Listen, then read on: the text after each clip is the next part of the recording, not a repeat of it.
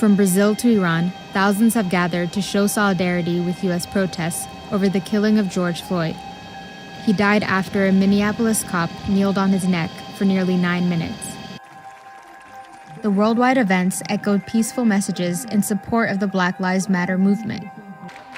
In South America, hundreds of protesters came together outside Rio de Janeiro's state government building on Sunday. They demanded an end to police brutality against Black people within Rio's working-class neighborhoods, known as favelas. Iranians held a small demonstration on Saturday outside the Swiss embassy. 2 Syrian artists painted a mural in memory of Floyd in war-torn Idlib. And in Palestine, a group gathered to protest the killing of Iyad al-Halik, an autistic Palestinian man, as well as Floyd. In London, demonstrators marched through the city and around the U.S. Embassy on Sunday, defying the UK's coronavirus restrictions that prohibit mass gatherings. Protesters kneeled in unison, chanting "No justice, no peace" in Trafalgar Square. The protests were peaceful until police attempted to clear Parliament Square. Protests against police brutality also formed throughout Berlin on Saturday. Demonstrators gathered around the U.S. Embassy chanting, "Lives matter! Black lives matter! Black lives matter! Black lives matter!"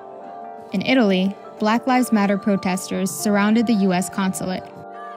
The country is still on lockdown, and they appear to be social distancing. In Ireland, over 150 protesters gathered on Sunday with signs reading, "The world is watching." They gathered again the next day outside of the U.S. Embassy. We're here about the injustice of Black lives being lost every day at the hands of the police authority in the United States, and not only in the United States. Racism is a global issue.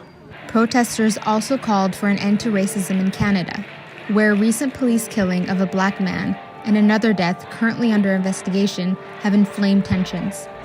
These protests merged with calls for solidarity with U.S. demonstrators rallying against Floyd's death. In New Zealand, around 4,000 protesters took to the streets of Auckland on Monday for rallies and vigils. Crowds gathered outside the U.S. consulate.